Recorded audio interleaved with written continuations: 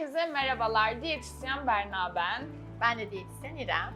Bugün sizlerden gelen sık sorulan soruları birlikte cevaplandıracağız. İrem Hanım'ın sorusuyla başlayalım. İlk sorumuzla başlayalım. Ameliyattan sonra istediğimi yiyebilir miyim? Şöyle, bunu çok soruyorlar. İşte YouTube'da izledim, onlar bunu yiyor, ben niye bunu yiyorum? Bizim aslında temel prensibimiz midenin en güzel şekilde iyileşiyor olması. Bunun için sıvı dönem, püre dönem ve katı beslenmeden sonraki bizim önerdiğimiz süreçte gitmek en doğrusu. Çünkü burada midenin kaliteli iyileşip sonraki süreçte aslında tam fonksiyonda çalışmasını istediğimiz için böyle yapıyoruz. Evet, çok güzel bir yere değindin Berna. Genellikle bunu yaşıyorum. İşte A diyetisyeninde böyle, B hocası ameliyat ettikten sonraki her şeyi veriyormuş gibi Evet. durumlar yaşayabiliyoruz. Ama biz çok fazla gördüğümüz hasta portföyü üzerine karar verdiğimiz bir uygulama yapıyoruz aslında. Yani burada kesinlikle her diyetisyenin ve her hocanın ekolünün farklı olduğunu düşünüyorum. Her ne kadar biz sizlere fikir olsun diye dönemleri açıklayıp koysak da, paylaşsak da eğer sizin bir doktorunuz ve bir diyetisyeniniz varsa onlara danışmanızı, sürecinizi birlikte götürmenizi öneriyorum ben de. Çünkü kafa karışıklığı olabiliyor Kesinlikle bu sefer öyle. de. Bilgi kirliliği Yine aslında. aynen öyle. Kendi danışanlarımdan da seninle ben ilgilendiğim için ya da atıyorum Berna Hanım ilgilendiği için, doktorumuz Ali Durmuş olduğu için bizim ekolümüzde ilerlemen gerekiyor. Sürecin daha iyi Kesinlikle ve öyle. daha faydalı geçsin diye önerilerde bulunuyorum. Bilginiz olsun. Bunu öyle bir altını çizmiş olalım. Protein tozu şart mı? Sen ne düşünüyorsun bu konuda? Şöyle birazcık çalışmaları da okuyorum bu süreçle alakalı. Bence yani tabii ki de 1 ay, 3 ay ve bunlar kişinin ve diyetisyenin görüşüne göre, doktorun görüşüne göre değişir. Ama ortalama 60 gram protein bulmak istediğim için bence şart. Değil mi? Ve ben öyle düşünüyorum. Ama işte atıyorum A diyetisyeni 40 gram düşünüyordur. Hı hı. 60 gram proteini bulmak da çok zordur. O yüzden bu süreçte hem kas kaybı yaşamamamız hem de dokularımızın daha hızlı iyileşmesi için protein aslında burada bir elzem gibi bir şey olmuş Evet. oluyor. Özellikle sıvı ve püre döneminde sizden mutlaka protein kullanmanızı istiyoruz. Çünkü o dönemlerde zaten protein alımını sağlamak çok zor Aynen oluyor. öyle. Bu tozlar bize genellikle de ortalama 40-45 gram kadar proteini süt veya yoğurtla karıştırdığımızda veriyor oluyor. Bazen hastaların kullanımını 3 ayla sınırlandırıp 2 ayla sınırlandırabiliyoruz. Bu neye göre değişir onu da buradan açıklayalım. Hı hı. Hastanın kilo kaybının içeriğine göre. Yani hastamız kas mı kaybediyor yoksa hastamız yağ mı kaybediyor? Buna göre değişiklik sağlayarak gidiyoruz. Ona dikkat edelim lütfen. Şimdi ben sana bir soru sormak istiyorum. Bu en çok sorulan sorulardan bir tanesi. Kilo verimim durdu, ne yapmalıyım? Aslında şöyle, benim en sevdiğim şey eğer kilo verme durduysa 3 tane soru. Birincisi demir, B12, folik asit, D vitamini depolarımız ne durumda? Uzun zamandır kan tahlili yaptırmadıysak hemen bir kan tahlili yaptırmak istiyorum ve onları kontrol etmek istiyorum. Çünkü bu değerler vücudun doğrudan kilo vermeyi durdurduğu değerler. İkincisi spor yapıyor muyuz, yapmıyor muyuz? Herhangi bir hareketimiz var mı, yok mu? Üçüncüsü de su tüketimimiz nasıl, hareketli miyiz? Bunun yanı sıra zaten bu sorulardan hastalarımızın eksiklikleri çıkıyor oluyor. Bazen doğru düzgün gitmeyen bağırsak hareketlerinden dolayı da kilo vermemiz durabiliyor. Ya bu noktada bir çözüm ulaştırıyorum, ya da hastamızın ilk 3 sorusuna göre, cevaplarına göre bir şekilde plato dönemini kırmaya çalışıyorum. Acaba bu bahsettiğim vitamin eksiklikleri de bağırsak hareketlerini yavaşlatıyor mudur? Tabii ki etkisi mutlaka vardır ama zaten şunu söylemek istiyorum. Ameliyattan sonra kısıtlı beslenme olduğu için Doğru. zaten ister istemez kabızlık gözüküyor. Evet. Bu noktada kısıtlı su tüketimiyle de birlikte bir sorun yaşıyoruz. O yüzden bol bol hareket, bol bol yürüyüş, lifli gıdalar bunlar çok önemli oluyor.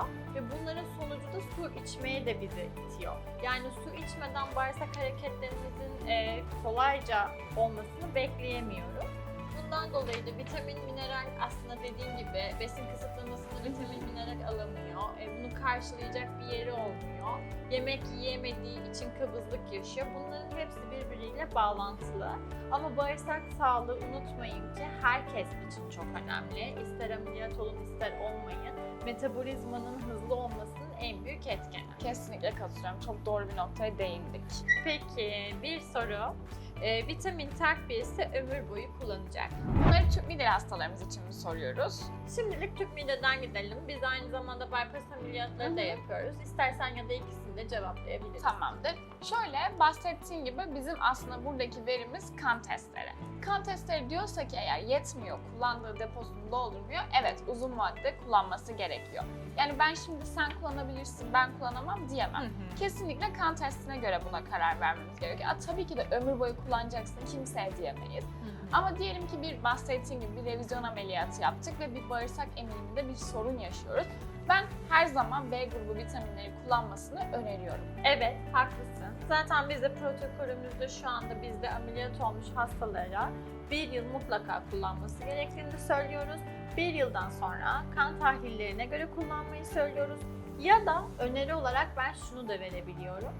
Haftanın 7 günü değil de atıyorum ki 3 günü ya da 4 günü multivitamin almak sizin hem zinde kalmanızı sağlar hem de birazcık enerji verir. Yani iş hayatı, okul hayatı vesaire daha kolay olur diye söylüyorum. Peki bir şey soracağım hazır bu konudan bahsetmişken. Sence içerik olarak mesela kesinlikle atıyorum hani günde bir tane ömür boyu kullanabileceği bir vitamin olsa olmazsa olmaz içerik ne olmalı sence? Kesinlikle D vitamini olmalı. Değil mi? Çünkü D vitamini şu anda zaten neredeyse bu odada hepimiz yaptırsak hepimizinki düşük Gerçekten çıkar. öyle herkesin düşük çıkıyor. Aynen öyle. Kadınlar da ara ara folik asit almalarını aslında öneriyorum. Gerçi erkekler de alabilir. Çünkü folik asitin deposunun tükendiği zaman son zamanlarda çok makaleler çıkmaya başladı. Evet. Aşırı yorgunluk ve halsizlik olduğu görülüyor. O yüzden o da olabilir. Bak bu soru benim aklıma şunu getirdi. Sen bir diyetisyen olarak ne kullanıyorsun? Ben şöyle biliyorsun artık Fit Selfie kullanıyoruz. Ben multivitamin kullanıyorum. Çünkü gerçekten yetmiyor bana aldığım besinlerle. Çünkü doğru düzgün beslenemiyorum benim hatam. O yüzden muhakkak multivitamin alıyorum. Bunun haricinde dönemsel olarak bromelain alıyorum. Çünkü kadınlarda biliyorsun ki ödem sorunu kendini sürekli gösteriyor. Bu dönemlerde bromelain kullanıyorum.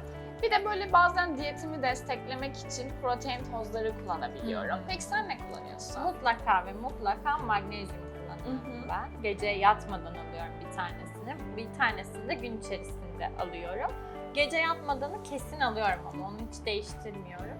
Omega 3 kullanıyorum yine aynı Evet şekilde. ben de kullanıyorum. Kahvaltıda içiyorum özellikle. Ben de öğlen yemeği ya da kahvaltıda alıyorum omega 3'ümü.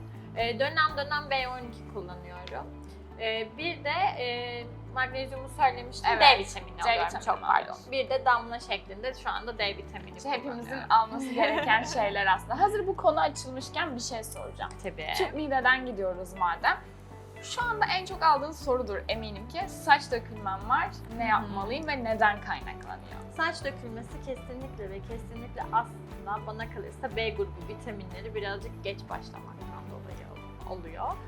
Çünkü onları mide kolay hazmedemiyor. Bundan dolayı da birazcık onların eksikliği hemen saçlara vuruyor oluyor. Ama ne yapabiliriz bu noktada? Ben hep dışarıdan böyle B vitamini destekleri veriyorum. B12 çok önemli, demir çok önemli. Bunların hepsine bakılması gerekiyor. Bunların hepsini kontrol ettiğimiz için aslında bizim hastalarımız genellikle saç dökülmesi yaşamıyor. Ya da yaşıyorsa da kısa süreli hemen onları takviyeleriyle toparlıyor oluyoruz. Saç dökülmesi için dediğim gibi tekrar edeyim demir, B12, B grubu vitaminleri oldukça önem taşıyor. Peki kolajen mesela burada bizi destekler mi? Tabii kolajen de destekler fakat hani biz çok öneriyoruz biliyorsun hemen başlıyoruz hastalarımıza. Kolajen, cilt, saç bunlara da çok iyi geldiği için ekstra bir takviye Ben de senden oluyor. öğrendim mesela B grubu vitaminleri işte aldığımızda kolajenle desteklememiz gerektiğini. İrem sağ olsun bana bunu söyledi. Ben de hep söylüyorum mesela kolajeni de beraberinde tüketirsek hem cilt elastikiyetimiz için hem de doku kür olarak bozulmamaları için. 3 ay ya da kişinin hani durumuna göre 2 ay, 1 ay mola şeklinde gibi kullandığımız zaman biyotin mesela çok popüler. Herkes biyotin kullanmak istiyor ama biz bu formüllerle yani bu şekildeki protokollerle biyotini çok az kullanıyor oluyoruz aslında. Çünkü gerek kalmıyor. Çünkü gerek kalmıyor. Bir de vitaminlerin en güzel kısmı bence fazlasını idrar yoluyla atabiliyorsunuz. Yani vücudunuza bir kötülüğü olmamış oluyor. Fazlası zaten Evet, bir idrar enjeksiyon yoluyla, gibi değil. vücut yoluyla atıldığı için bir problem yaşamıyor. Bence de öyle. Ben de çok aslında şey yapıyorum. Sadece nerede gördüm biliyor musun? Biyotini, vitaminleri kullanmayı reddeden kişiler artık son evrede o saç dökülmesinin en son kısmında artık biyotin diyorlar. Çünkü neden? Başta söylediğimiz hiçbir vitamini kullanmadıkları Aynen öyle. için. Aynen. Aslında şunu söyleyebilirim toparlamak amaçlı. Bahsettiğim vitaminlere dikkat edildiğinde zaten biyotini öyle aman aman kullanmalarına gerek kalmadan olayı toparlamış oluyoruz. Fakat yine de ara ara mesela benim danışanlarımın ara ara biyotin alan da oluyor. Hani bir Evet, ben de takviyesine veriyorum. ekliyor, çıkartıyor. Hani böyle bir programlamada, planlamada yapılabilir. Teşekkür ederim. Var mı senin başka bir sorun? Şimdilik bence her şey çok güzel Bence de. konuştuk. Eksik- Olursa Pardon. Eksik kalan, merak ettiğiniz, özellikle vitaminler çok popüler. Birkaç vitamin sorusu bekliyoruz sizden. Takviyeler üstüne konuşalım, yeni sohbetler edelim. Değil mi? aynen öyle. Hepiniz sorularınızı her zaman bize sorabilirsiniz. Şimdilik bu kadar. Kendinize iyi bakın. Görüşürüz. Hoşçakalın.